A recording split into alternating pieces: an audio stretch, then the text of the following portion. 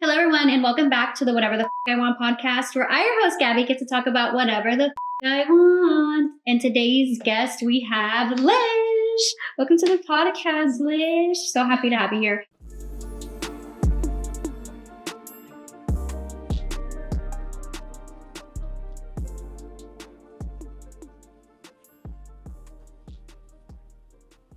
So we're actually friends from high school. So we've known each other for a very, very long time.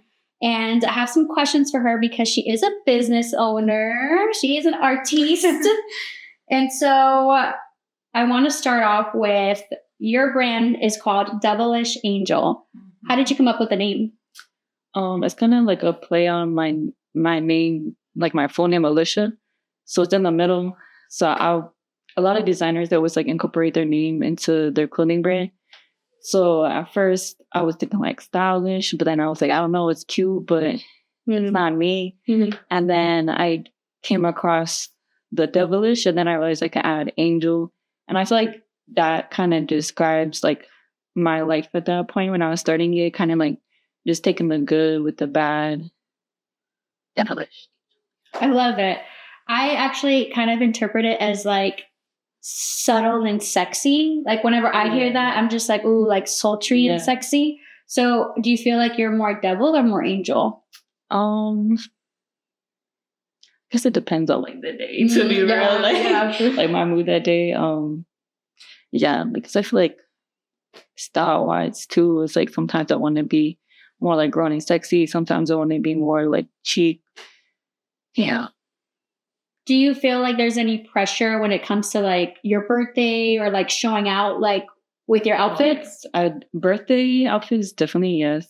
And I definitely feel like as a designer, it's like when you go on a roll, like you want to be the best dressed, you know? Yeah. And it's like also too, a lot of times people are like, oh, did you make that? And then when I say no, it's like kind of just cheated on myself like a little bit. Or if I'm like have an event and I don't wear what I made, it's like, damn, cheating on myself, you know? I don't feel like it's cheating on yourself. I feel like you have an appreciation for fashion. Yes. So, I mean, I don't feel like you're cheating on yourself because it's just like, oh, this is a designer that I like, or I just liked it. I appreciate, the style of it. But I totally understand. I feel like the same way with being a creative person. It's just like, even like a painting in your room, it's just like, oh, did you paint that? And it's like, no, guys, I did it. It's like, I found it and I just liked it. Like, you don't have to make everything that you have, that you own. I totally get you. I feel like sometimes it's definitely like a lot of pressure. Like for my birthday, I'm like, oh my God, like I have to do it. And then I don't make it. And it's just like, oh, it's okay. Like if you don't, but when you do and like it turns out good, it is like good. Mm-hmm. Yeah, you're like, damn, I made this. Like good. So what actually got you into sewing? I think just being younger, I was always kind of like a creative. Like I loved art. Me and my best friend, we did like all forms of art. And I think with fashion, it just kind of stuck with me the most because I already had like a sewing machine in the house because my grandma sewed. Aww. Yeah. So it was just kind of like the resources were already there, and I just started getting into it. And like growing up too, I had like a lot of hand-me-down clothes. So it's like, okay, like what can I do to kind of like spice it up and like just make things for me? What was the first piece you ever sewed? It was like this ugly pink zebra shirt. Oh, so you're a kid. It didn't even stretch. It didn't even stretch. Like trying to put it on my head, it was like impossible. But that was the first thing I ever sewed. Yeah. Do you have like a favorite fabric that you like to work with? Lycra fabric is the fabric that you use for bikinis. It's just easy to work with. It's very forgiving, and you can use it for like bikinis, dresses, like pretty much anything. Mm-hmm. Yeah. One of my favorite pieces of yours was the beaded top. Do you have like a favorite piece of yours that you've ever made? I'm trying to think.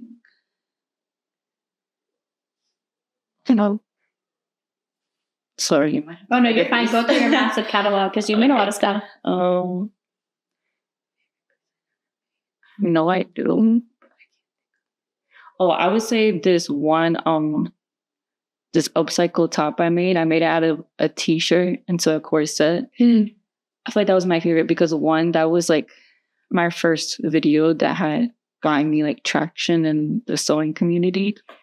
But also it was like a Marvel shirt and it had all the superheroes on it. And then like the way I did it was like they were all lined up around the shirt. I'm honest. I love that. That's really cute. So you sew products from like corset tops to bikinis to prom dresses. What has been the most challenging design that you've done thus far? I think probably prom dresses because one is a lot of pressure because it's like so much like for the girl, it's one of the biggest days of her life. And it's like everybody has a dress that they dreamed about for prom. And it's like you want to execute their vision and make sure that they're happy with it and that they get that special feeling that a girl like wants on prom, you know? So I would say that, especially when you have to do like some sizing and then another state and you're like trying to make sure it fits and then you have like a due date, you know? So I would say definitely prom dresses are like the hardest, the most intimidating. So I'm somebody who crochets and sews and I have like a massive bin of unfinished projects. Do you have one? Yes, but I've been better lately at like when I want to do a project, like sticking to it. Like I'll kind of think about it first, like find something that I really, really want to do and stick with the idea to make sure it's what I want versus me like starting something like, no, this ain't it. Because you know, sometimes you kind of force creativity. So you're like, I have to like do it. And then you're like stuck with something you don't really care about. I feel like I'm being better at like sitting with the idea and making sure, okay, it's like something I really do want to create. So I don't have that vibe. I really appreciate like your YouTube tutorials because there's so many times where I'll click on a YouTube tutorial and like, obviously you don't watch it all the way through because you're just like, this is 20, 30 minutes. And then you're like halfway through it and then you're like, this is so confusing. So I really appreciate like your attention to detail and like giving those little like snippets of like, this is what happened. It's so real. You'll be like, oh, and this machine broke on me. You're like, my beads are all over the floor. And it's just like, that happens so much, like little hiccups. The one I was editing this past week, girl, I was sewing and my nail popped off in the video. I was like, and I'm like, you know what? I'm just keeping it. I'm just keeping it. You have to, because then or else you don't. That's like all that content that just goes to the trash if you don't do it. And I think that's one thing I really try to do in my videos, just like to show people like, okay, if I did mess up, like you might mess up too. And if you did, like this time fix it. Yeah, that's very accurate. So what celebrity or artist would you love to create a design for? I would say Rihanna. Actually, I think her name is like Rihanna. And I think everybody says Rihanna, and I don't want to be that person. Because like she was definitely one of the icons that like I loved growing up, especially when it came to fashion. I actually really look up to Rihanna, whatever you want to call her. I look up to her so much because she's somebody who has done it all, like makeup, fashion, lingerie, perfumes. And like, I grew up being told that I couldn't do it all. My dad would always be like, pick one thing and stick to it. Like, you can't do everything. And then it's just like, but she can do everything.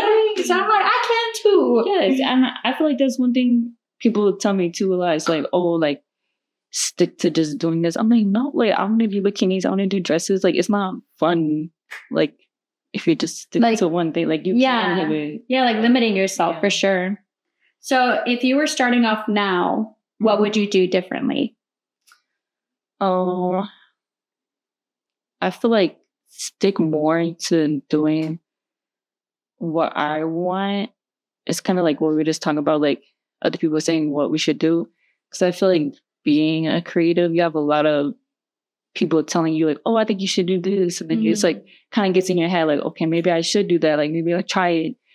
Maybe that would be more money. But I think sticking to like my designs and like what I want to do versus like what I think other people will like. Yeah, I think that's a huge misconception is that people feel like you need to chase a bag. And it's like, the money's going to come no matter what. But it's like, I want to chase the fun of making something. Yeah. And I think once you like get really good at something and like perfect it, that audience like will find you, and they're gonna be the ones that are willing to pay like more for you. Yeah, for sure. Yeah. So what has it been like being featured in Miami Fashion Week now? It's an honor. It really is, especially like growing up in South Florida and being a designer. It's like something you always hear about. So like having that opportunity to actually participate.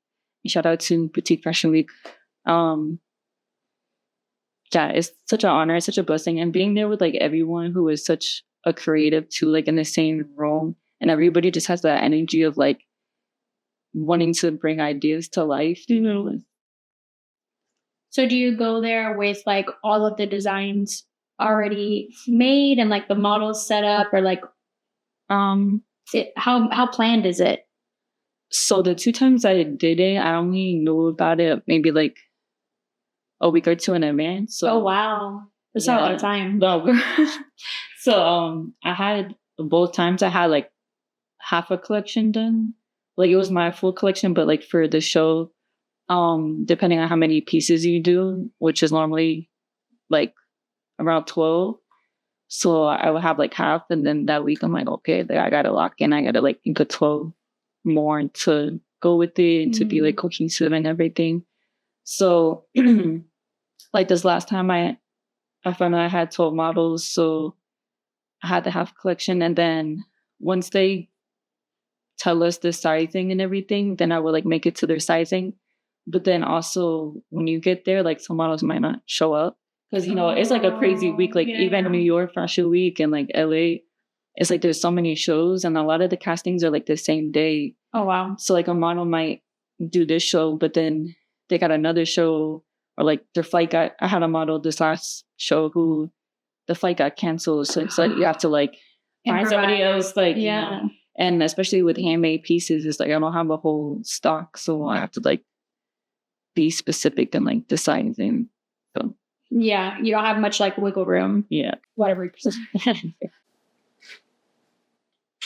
So, what do you picture your business to look like in the next 5 years?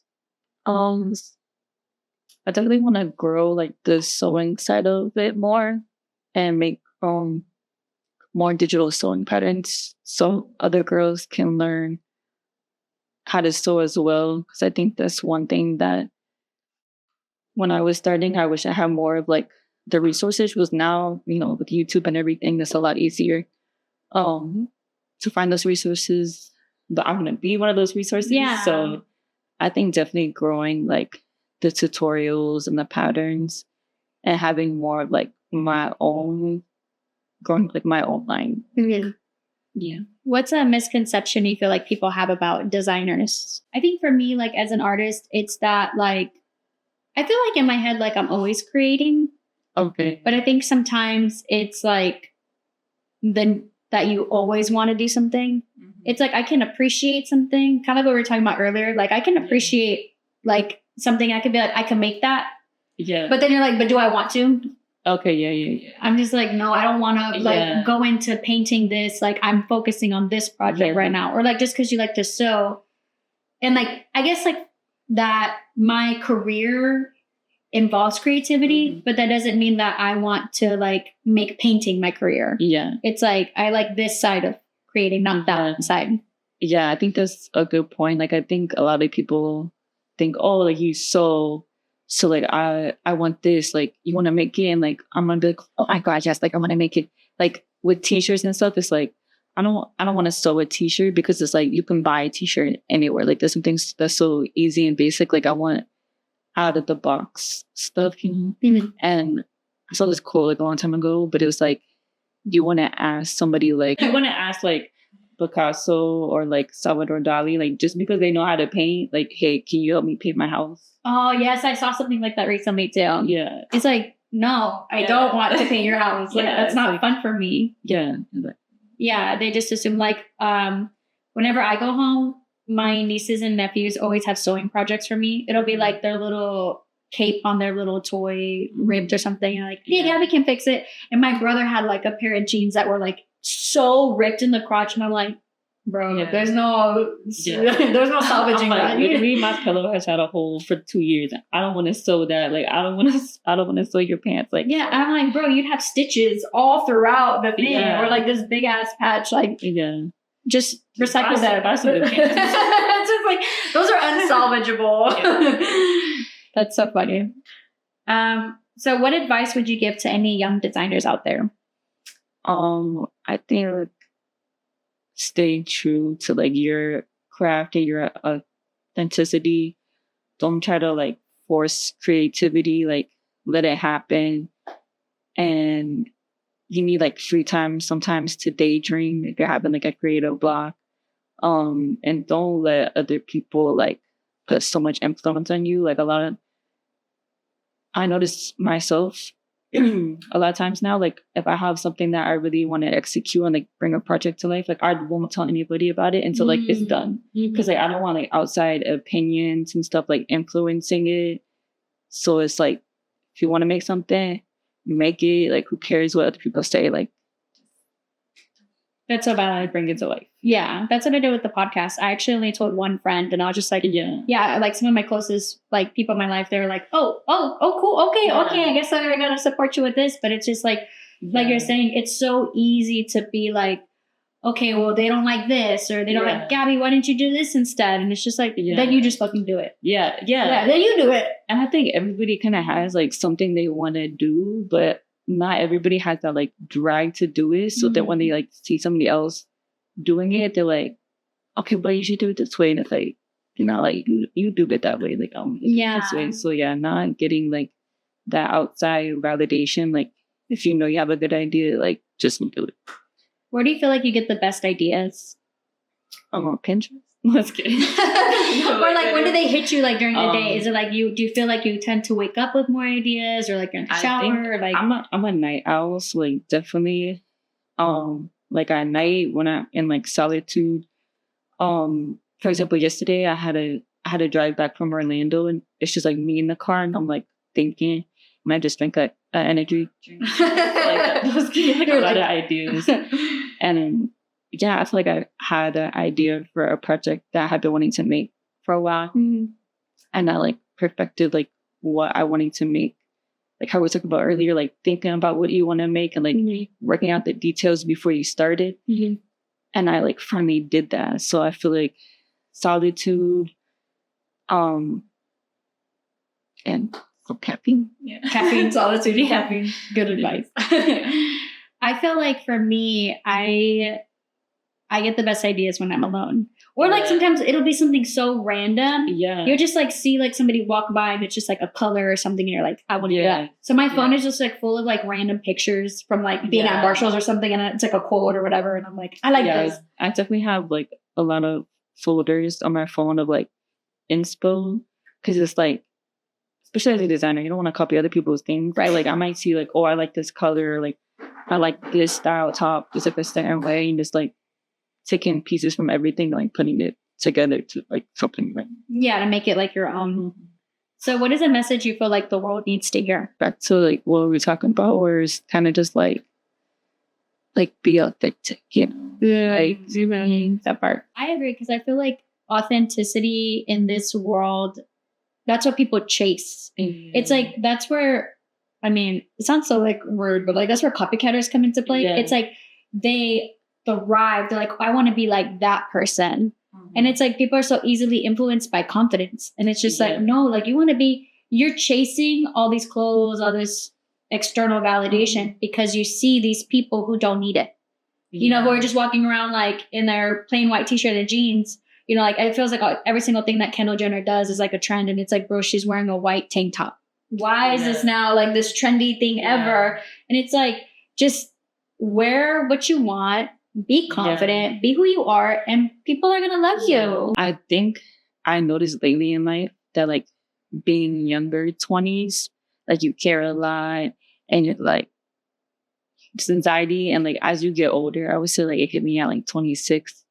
You just don't like it was no for me. I mean, then I think it's okay too, like for younger people, like if you like something, it's okay to like one day like not like that anymore and like like something new. and just be open to like new experiences, and like somebody who is like not like you might show you something new that you like. Does that make sense? Yeah. Like to be open to like growth and to evolving.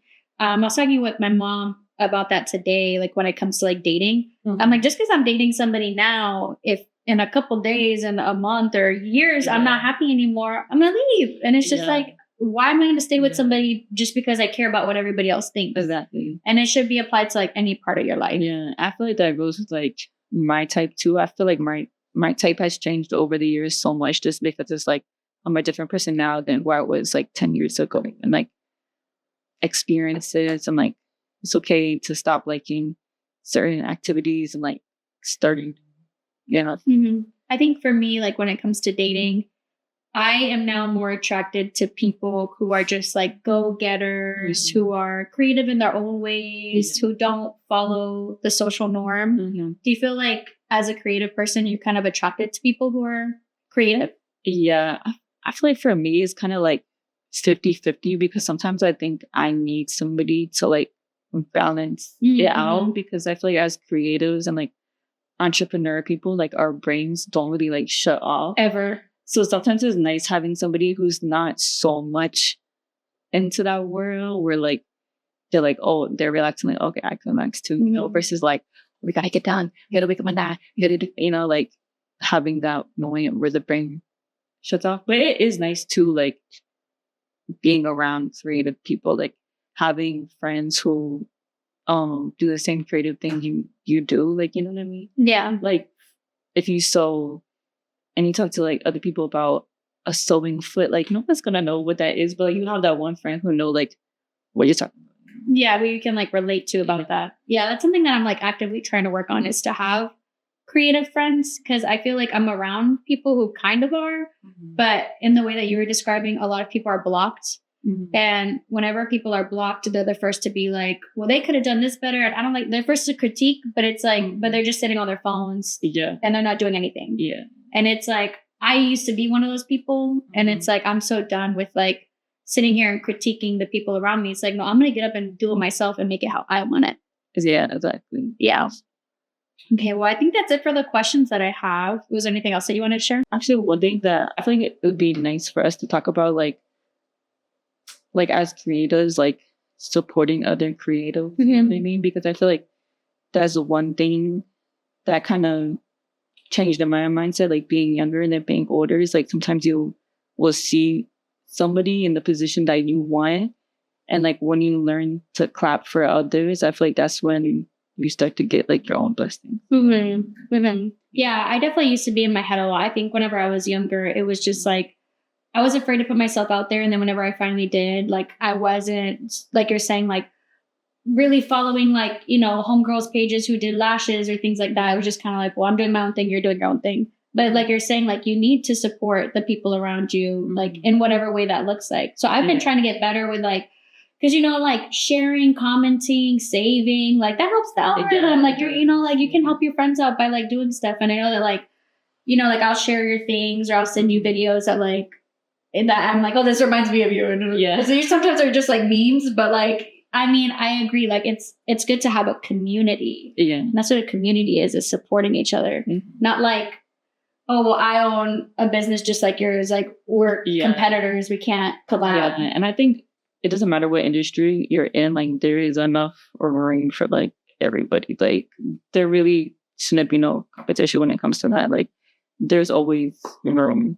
Okay. Yeah, I agree. There's not just like one successful basketball player, one successful musician. Like there's literally room for every single person. And I think that's what I'm trying to work on more, is just like collaborating and like meeting people and going out and socializing. Because I think sometimes too, I can, I guess like put myself into my own little bubble, because I'm like, I'm just on my own grind. But it's no, but like you can still go out and like see people and get inspired and go out with friends. Like, yeah, something I'm working on. Yeah, I think as a creative too, like I was like that for a while. Like I feel like a part of my life, I was very in my room, like not so much with friends and family. And then as I got older, I'm like, oh, like it's okay to go outside. Like it's okay to like make time for that because they don't want to only like just pray like you gotta live like. Yeah, I need a balance. Yeah, definitely. Yeah. Balance. Literally. Alrighty, so if you want to see some of Lish's designs, visit devalishangel.com, or you can go ahead and follow her social media at Devalishangel. Thank you so much for joining us. We'll see you all next week. Bye.